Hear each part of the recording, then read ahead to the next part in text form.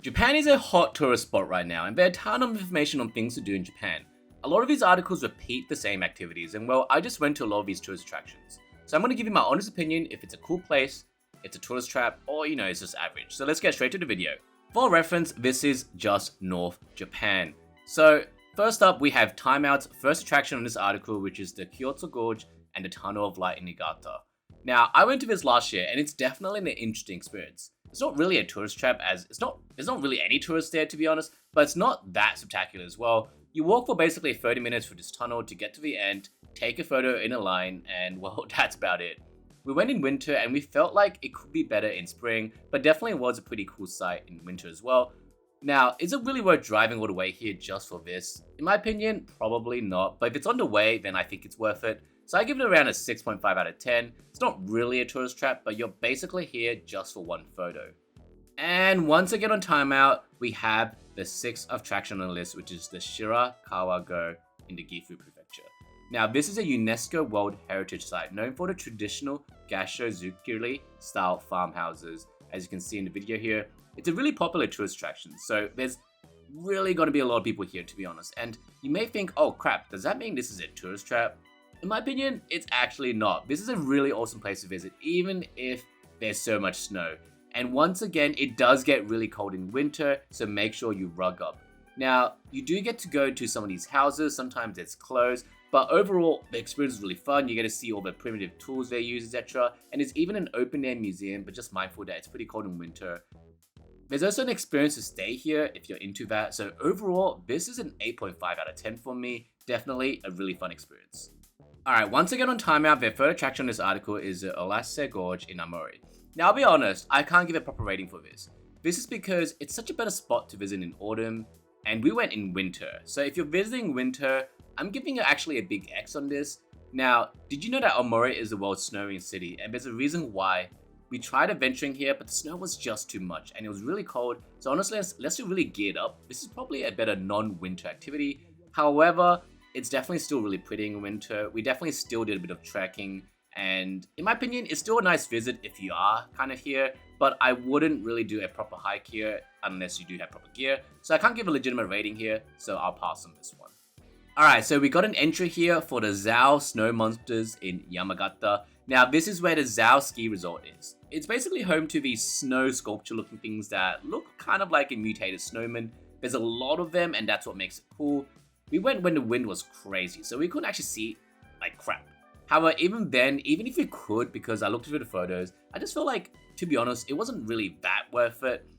It's really cool if you're already here for skiing, so it's basically an added bonus. But if you're just simply coming out of your way just for these snow monsters, I really felt like it wasn't really worth it. You basically have to wait in the line for like ages. Like, I think we waited for like an hour or two, with skiers basically going up. So basically competing with skiers to go up there, and they're skiing, right? So overall, I'm giving this a 5 out of 10 because even on a good day, it's basically waiting in line for hours to get nice one little photo. However, if you are skiing here, I think it's definitely worth it, obviously.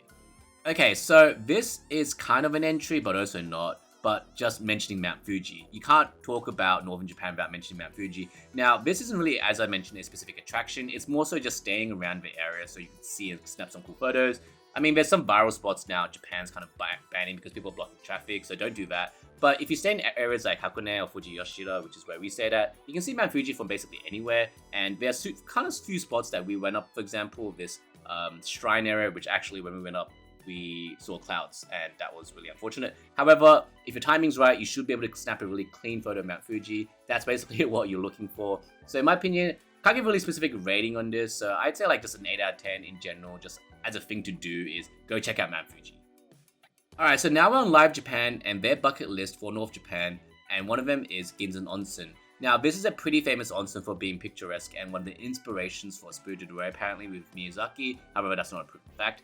However, is it worth visiting here, or is it a tourist trap? Now, there will be a lot of tourists, just saying, before I get into this. But in my opinion, it is pretty much a nice stay. If you're doing it for one night, it's kind of a worth kind of experience. However, if you're going beyond that, it's probably not worth it.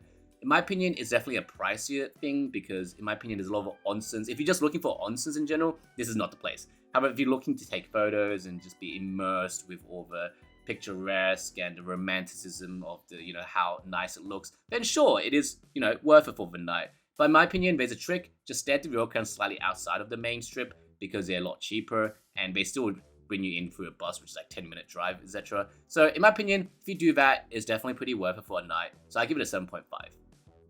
Next up is the Jigo Kodani Monkey Park, or the Snow Monkeys in Nagano. Now, this is home to Japan's famous hot spring bathing snow monkeys, and it's definitely a big tourist attraction. However, is it a tourist trap?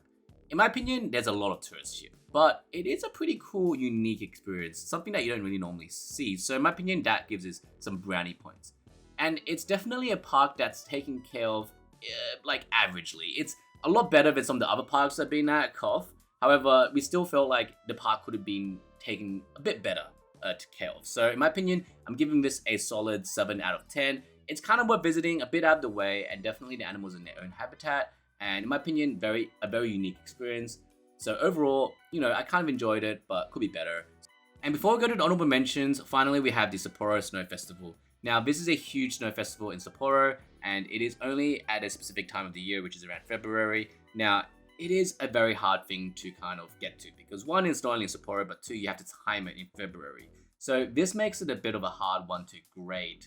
However, in my opinion, it's still worth it, especially if you can organize a trip around it. There is so much stuff to do in Sapporo anyway, and it's such a cool snow festival to check out. Now, you probably just need a day or two to kind of do the whole experience. Really cool snow ice sculptures and a lot of kid stuff to do as well. So in my opinion, definitely a worthwhile experience. And it is a huge tourist attraction. Expect a lot of tourists there. However, it's not really a tourist trap because it's just a unique experience in my opinion and still a really cool thing to do. So in that kind of like mentality, I'm giving this an 8 out of 10.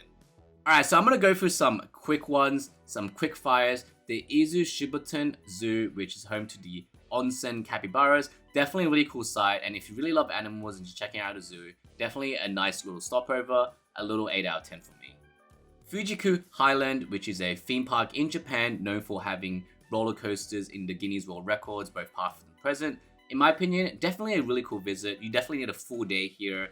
And in my opinion, I actually really enjoyed this park. So I'm giving this an 8.5 out of 10. Really nice park. However, it's not really a bucket list item, so I didn't include it as a main thing. However, it's in the quick fire list. And that's it. Hope you enjoyed this fun little list. Don't forget to like and subscribe for more of these lists. I'm going to do a couple more, especially tier lists. So I'll see you in the next video.